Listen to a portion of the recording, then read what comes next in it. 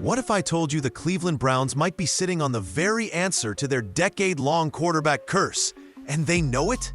2 weeks after head coach Kevin Stefanski quietly surrendered his play-calling duties, newly minted offensive coordinator Tommy Rees grabbed the microphone and, without realizing it, exposed the most expensive secret in Ohio. The franchise is choosing comfort over conquest.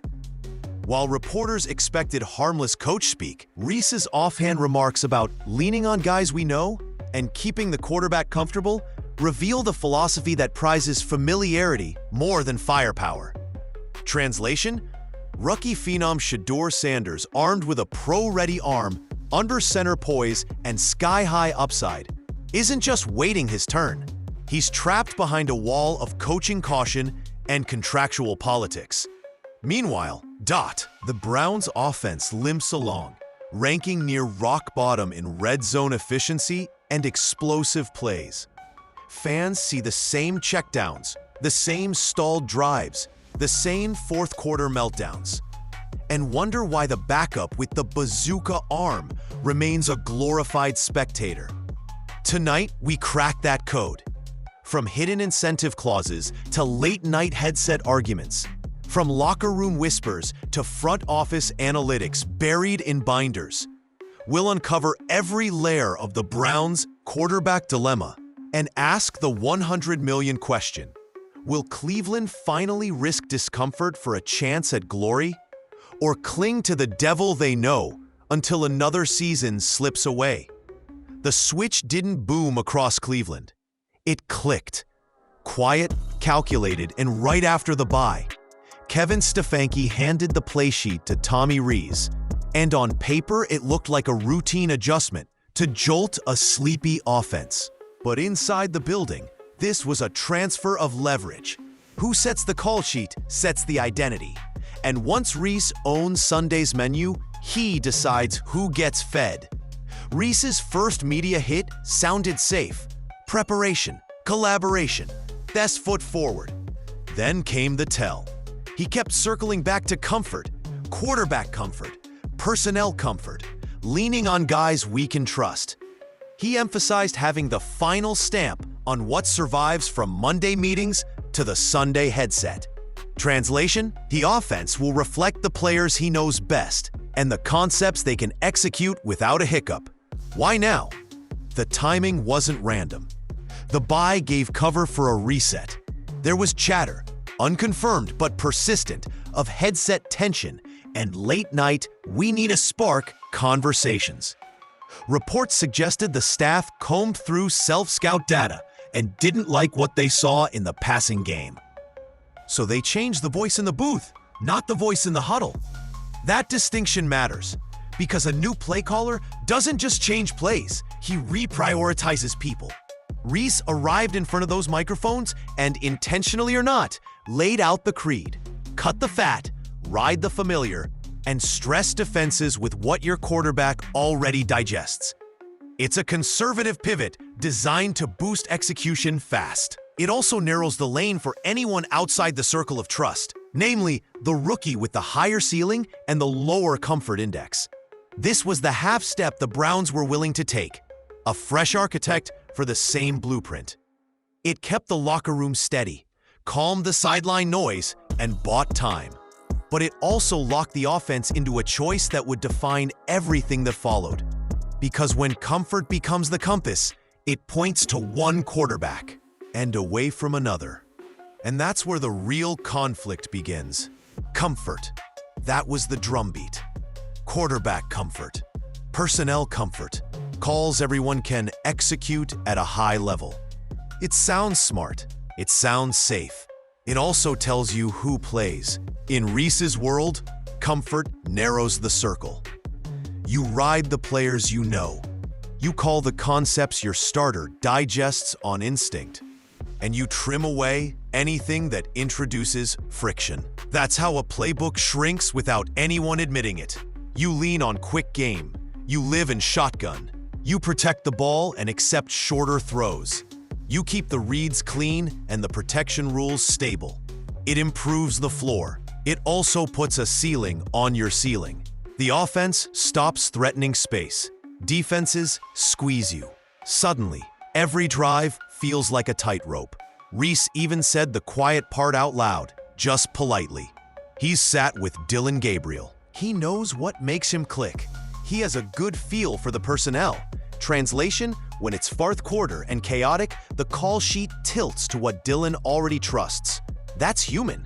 It's also limiting when the current results are underwhelming. We saw it spill into a box score where Dillon threw a handful of balls to wideouts. Asked about it, Rees emphasized receivers being in the right spots and building confidence through the week. All valid. Notice what he didn't entertain. That comfort first might be masking the quarterback's constraints.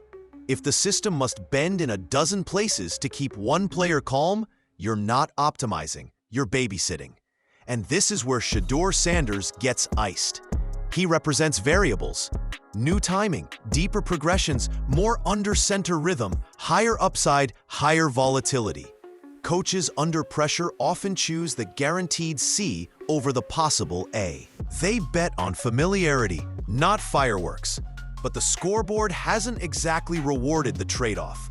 Recent weeks have featured stalled red zone trips and too many 3-and-outs, by any honest read of the drives.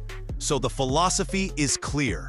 Reduce risk, stabilize execution, live to fight another series. It's tidy. It's defendable. It's also exactly how you keep a live arm and pro-ready mind on the sideline. And here's the twist the comfort crowd didn't expect. Inside the building, the data started pushing back. Numbers don't do politics, they just report. And according to people familiar with the Browns' bye-week self-scout, the data didn't whisper, it yelled. The passing game's EPA per dropback sat in the league's bottom tier. Success rate on 3rd and 6+ lagged. Red zone pass efficiency bled points. Average depth of target compressed under 10 yards. And explosive rate cratered. When defenses know everything lives short and sideways, they squat on routes and choke space. That's exactly what showed up on tape. Here's the twist. Internal dashboards reportedly recommended 2 fixes. Stretch the field vertically and lean into under-center play action with heavier personnel to widen throwing windows. Those aren't exotic ideas. They're basic levers that punish aggressive safeties and static nickel looks. They also align cleanly with what Shedeur Sanders was scouted to do well. At Colorado, he operated under center, married play action to layered concepts, and hit the 18 to 22-yard windows that separate average Sundays from winning ones. Multiple staffers, per rumors around the building, compiled cut-ups comparing identical NFL concepts: Mills, dagger, Yankee, drive, run by Gabriel versus Shedeur's college tape. Third-party charting had Shedeur's intermediate accuracy and progression speed grading higher on those specific families. Fewer panic checkdowns, more rhythm throws on time, the kind of stuff that flips a defense from aggressive to hesitant. There was even talk of a what-if packet, an internal memo outlining a controlled trial. 2 scripted series for Sanders if the offense opened with back-to-back empty drives, 8 to 10 plays built around under-center play action, keepers, and defined half-field reads. Low-risk design, high-information return. According to one report, that packet never left the binder. Why? Because spreadsheets can point a direction, but coaches live with the fallout. A mid-season pivot at quarterback doesn't just change a column of EPA. It rattles incentives, pecking orders, and reputations.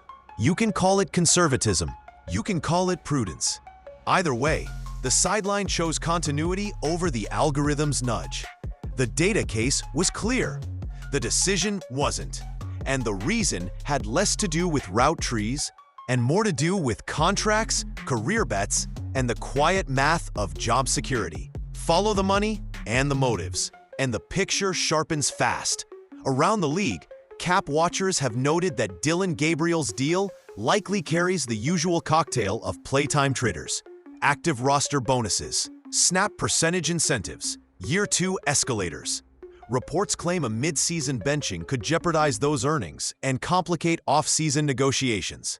That doesn't decide Sundays by itself, but it raises the political cost of pulling the plug. Every coach knows it.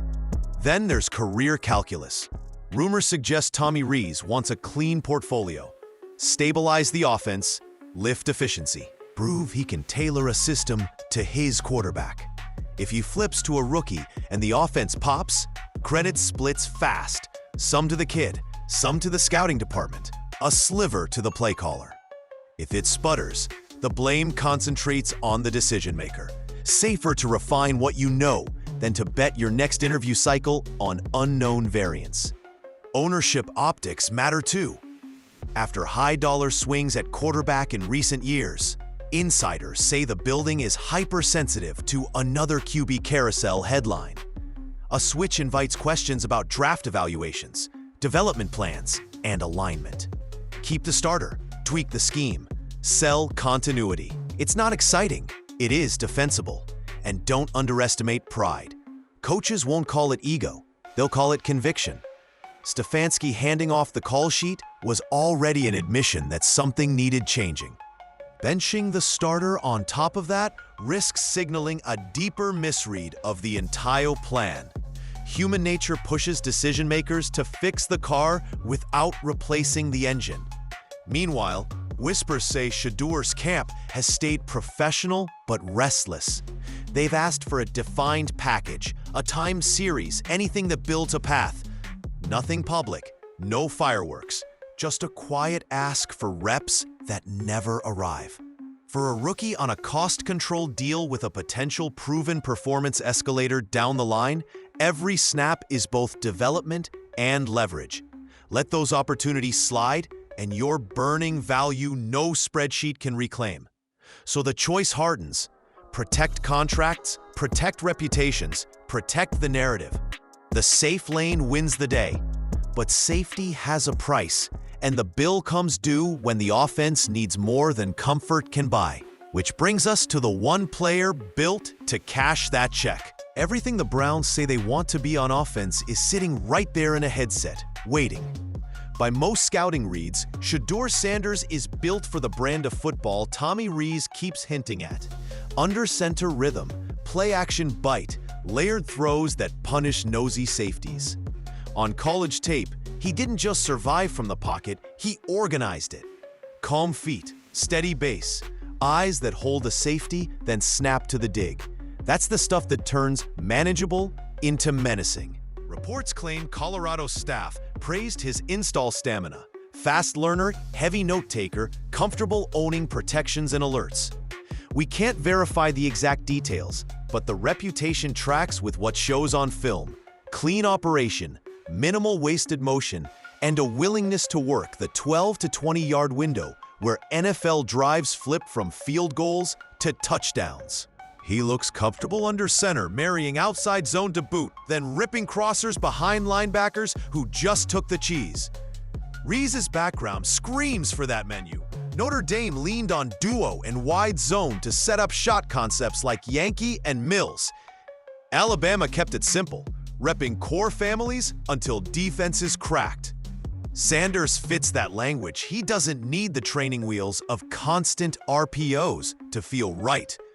He can sell a hard play fake, reset his platform, and drive a deep out before the corner recovers leverage. That's the exact antidote to the compressed passing charts that have haunted Cleveland. Contrast that with the current arrangement. Dillon Gabriel thrives in spread tempo, shotgun spacing, and quick game chains. Nothing wrong with it, until defenses sit on the sticks and squeeze your margins. Rumors around the building suggest the self-scout recommended more under center and more vertical intent. That's not a knock on Gabriel. It's a reminder that the offense they need might align better with the quarterback they haven't tried. Give Sanders a defined package, keepers, deep crossers, shot plays off heavy looks, and you stress a defense in new ways without detonating the system. Even a controlled series or two would tell you if the ceiling is real or just hype. But prototypes create pressure. When a rookie checks boxes the vet can't, rooms get loud.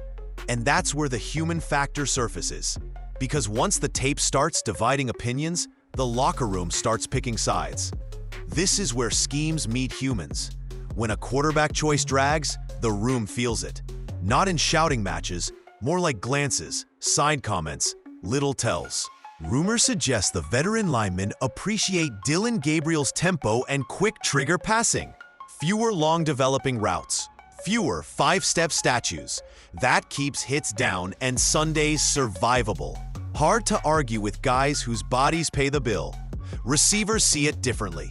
They live on air yards and leverage wins. League-wide, wideouts want posts, digs, deep crosses, the throws that flip field position and feed contracts. Reports claim a few Browns pass catchers have been lobbying for more vertical calls, quietly pointing to Shedeur Sanders' college tape as proof the offense can hunt at 18 yards, not 8. One whispered story has a film session where a star wideout muttered, "Let the kids spin." Unverified, sure, but it matches the vibe. Defenders feel the strain too. They grind through long fields and tight games, then jog back out after another 3 and out. Veterans on that side of the ball won't blast the offense publicly, but any locker room watcher will tell you, long drives heal, quick punts fray. The defense wants points, or at least pace that forces opposing coordinators to call differently. Coaches walk a tightrope. Back your starter and you stabilize routine. Open the door to a rookie package and you risk inviting a referendum. According to people around the building, staffers floated the idea of a change-up. Series for Sanders, boots, play-action shots, defined reads, to test the waters without detonating the depth chart. For now, that plan sits in the maybe pile. This is why quarterback decisions are never just about arm talent. They're about pecking order, trust, and the psychology of a work week. Sit a veteran and you could split a room. Sit a rookie too long and you risk losing believers in the future. There's no neutral choice, only costs you choose to carry. And every day the Browns choose the status quo. Those costs compound. Lost rhythm for receivers. Lost buy-in for defenders. Lost momentum for a rookie who needs reps, not rumors. Which leads to the next layer no one likes to say out loud. When development stalls, the bill isn't just emotional, it's financial. In this league, time is currency. Every snap a young quarterback doesn't take is value evaporating. Developmental, financial, and strategic. Agent-side models and a couple of public analytics studies have long argued the same point. Quarterbacks who delay meaningful reps see a lasting dip in career value. Estimates vary, but one widely cited model pegs the long-term hit in the 25 to 35% range. For overall impact metrics, when early live, the faster your processing tightens and the sooner your ceiling shows up on Sundays. The money follows the tape. Rookie contracts are rigid, but the ecosystem around them isn't. Playtime thresholds can unlock escalators down the road. Awards change option values, and early production sets the negotiating floor for the second deal. Agent projections, even the conservative ones, assign a tangible cost to delayed starts. Depending on role and draft slot, each missed early opportunity can shave 6 figures off future earnings in present value terms. Think of it as momentum tax. No snaps means no leverage, no highlights, and no comps to push across a negotiation table. There's a team-side bill too. The rookie window advantage only exists if you confirm the rookie is in fact the guy. If you wait a season to find out, you push certainty into the exact years when cap math gets ugly. That affects everything. Free agency posture, extension timing for core pieces, even how aggressively you can trade for help. League insiders will tell you, the most expensive mistake is paying veteran prices while still wondering if the kid on a rookie deal could have matched or beaten the output. Market signals are already flashing. Fans are restless. Hashtags, call-ins, the whole chorus. Retail chatter suggests Sanders merch is moving despite 0 snaps, a classic indicator of pent-up demand. That's not just noise. It's a reminder that attention compounds when potential is starved of proof. For the Browns, there's another quiet cost: trade value. A year of mystery tape helps no one. If down the line you need flexibility, live NFL snaps are the difference between a mid-round flyer and something real. And here's the kicker. Every week, the Browns choose familiarity. The meter keeps running on development, on dollars, on options. Which brings us to the only question that matters now. What are they actually willing to risk to change the outcome? So where does this leave Cleveland? After a bye-week reset and a press conference that said more between the lines than in them, the Browns have drawn their map. They swapped the voice in the headset, not the player in the huddle. They trimmed risk, leaned into familiarity, and bet that cleaner execution would outpace a ceiling they haven't tested. Meanwhile, the numbers, by most accounts, argue for more vertical intent and heavier under-center play action. And the quarterback best suited for that menu, by scouting consensus and college tape, is the one holding a tablet. This isn't scandal, it's selection. Reports claim incentives, optics, and career math weigh on the choice. Rumors suggest the room feels the pull. Linemen prefer quick trigger comfort. Receivers want the deep cuts. Defenders want points, any points. The rookie window keeps shrinking, and with it, leverage, development, and optionality. Time isn't neutral. Every week you delay an answer, the question gets more expensive. 2 lanes now. Stay the course with a controlled, conservative plan and hope incremental gains mask foundational limitations. Or stage a measured trial. Give Shedeur a defined series, the under-center play-action package the Self Scout allegedly endorsed, and collect real data. Not a circus, not a benching. An evaluation. If it hums, you found torque your scheme can't manufacture. If it doesn't, you lose a quarter, not a locker room. What Rees revealed, intentionally or not, is a philosophy calibrated for stability. That wins when your quarterback is proven. When he isn't, stability can become stagnation. The next snap will tell you more than the next quote. Will the Browns double down on routine or finally test the prototype built for the offense they keep describing? Cleveland has spent years searching for a franchise identity. It might already be on the roster, waiting for an invitation to prove it. If you are holding the call sheet, do you ride the known floor or reach for the ceiling that could rewrite the season? Drop your take, because one way or another, the decision is coming, and it's about to define more than a box score.